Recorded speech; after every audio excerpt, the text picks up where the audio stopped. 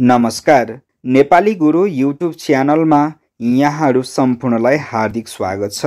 यतिन्जेलसम्म यहाँहरूले हाम्रो channel subscribe गर्नु भएको छैन भने कृपया सब्स्क्राइब गरिदिनुहोला। साथै भिडियो मन परेमा लाइक, कमेन्ट र सेयर गर्न नभुल्नुहोला। यहाँहरूको सानो सहयोग हाम्रा लागि महत्त्वपूर्ण प्रेरणा बन्नेछ।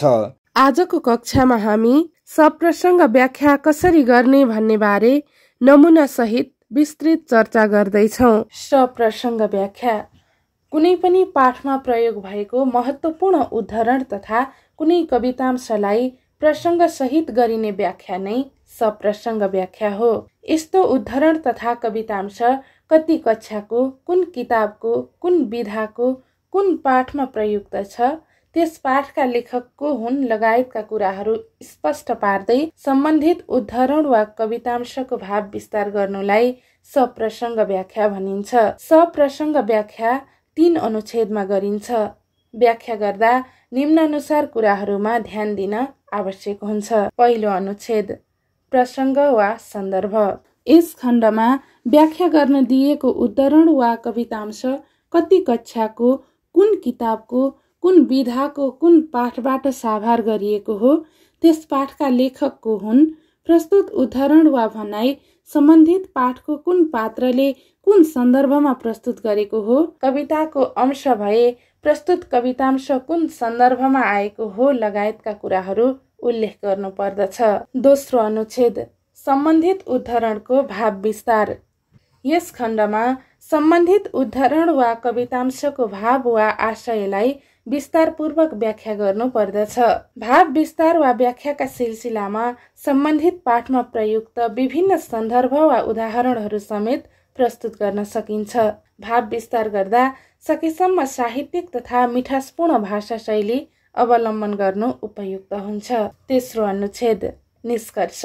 यस खण्डमा सम्बन्धित उदाहरण वा कवितांशको मूल भाव वा आशयलाई संक्षेपमा समेट्दै व्याख्याको निचोड प्रस्तुत गरिन्छ। यस क्रममा सम्बन्धित विषयमा आधारित भई आफ्नो तर्क वा राय समेत प्रस्तुत गर्न सकिन्छ। यही भागमा उदाहरण वा कवितांशसँग सम्बन्धित मूल पाठको भाषा शैली, छन्द व्यवस्था लगायतका कुराहरू समेत उल्लेख गर्न आवश्यक हुन्छ। आज हामीले वर्षा कविताको निम्नानुसार श्लोकको व्याख्यालाई नमुना सप्रसङ्ग व्याख्याको रूपमा प्रस्तुत गरेका छौँ। लौ लौ गाओ दल दल बनै, वृक्ष हो उठ सारा, बरसे घैटा घट घट गरी, स्वर्ग पियो सधारा।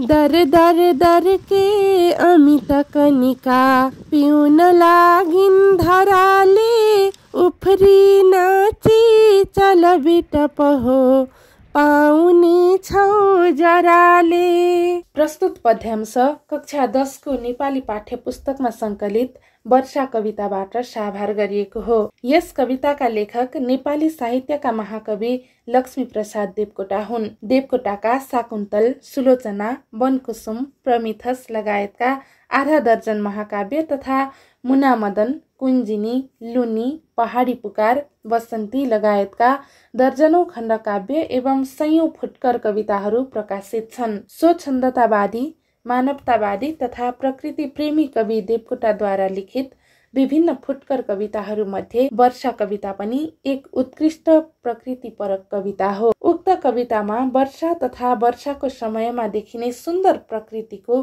घतलाग्दो ढङ्गले व्याख्या गरिएको छ। कविले वर्षालाई मानवीकरण गर्दै बोट बिरुवाहरूलाई पनि आकाशबाट वर्षिएका अमृत रूपी पानीका धाराहरू खुसियालीका साथ ग्रहण गर्न आग्रह गर्ने क्रममा प्रस्तुत कविताका हरफहरू आएका हुन्। वर्षा आनन्द प्राप्तिको समय हो।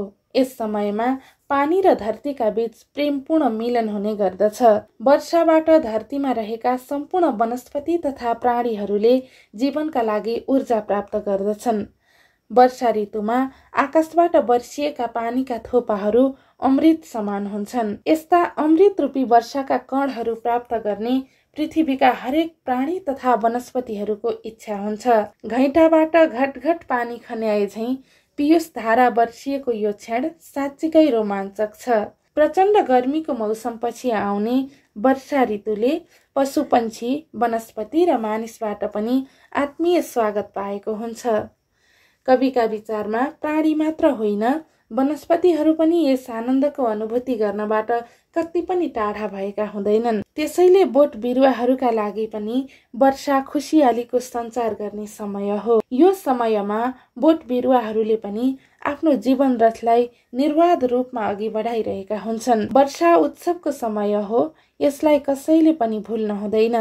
यही अवगत गराउँदै कवि बोट बिरुवाहरूलाई मानविकीकरण गर्दै विभिन्न अनुरोध गर्न पुग्दछन्। वर्षायाममा घैँटाबाट घटघट पानी खन्याए झैं पियुष धारा बर्सिँदा बोट वृक्षहरू पनि अत्यन्तै खुसी भएका हुन्छन्। यही सन्दर्भलाई बोध गर्दै कवि वनका वृक्षहरूलाई समूह समूह बनाएर उठ्न, जागृत हुन तथा हर्षका गीत गाउन अनुरोध गर्दछन्। जराबाट अमृत रूपी पानी पाएर मक्ख भएका रुखका हाँगाहरूलाई पनि उफ्रिन, नाच्न तथा खुसियालीको चाड मनाउन कवि आह्वान गर्दछन्। वर्षाका असीमित मोती रूपी थोपाहरू आनन्दपूर्वक पिउन पाउँदा पृथ्वी पनि खुसीले गदगद हुन्छन्। आकाशबाट बर्सिएका अमृत रूपी पानीका असीमित कणिकाहरू र धरतीका बीच प्रेमपूर्ण मिलन हुने यो समय साँच्चीकै नवजीवन सुरुवातको समय हो। यही समय लामो समयसम्म ग्रीष्मको रापमा रन्थनिएका धरतीका सम्पूर्ण प्राणीहरू तथा समस्त वनस्पतिहरूले खुसियालीको अनुभूति गर्दछन्। अन्त्यमा के भन्न सकिन्छ भने धरतीलाई कलिली तथा उर्वर बनाएर सारा प्रकृतिलाई स्वच्छ र हरियाली बनाउने वर्षाको महिमा गान गाउन कोही पनि चुक्नु हुँदैन। वर्षाले धरतीका सारा प्राणी र वनस्पतिमा खुसीको सञ्चार गराउँदछ। पानी पृथ्वीका समस्त प्राणी र वनस्पतिहरूको जीवनदायिनी स्रोत हो। यो सबैका लागि अमृत समान छ।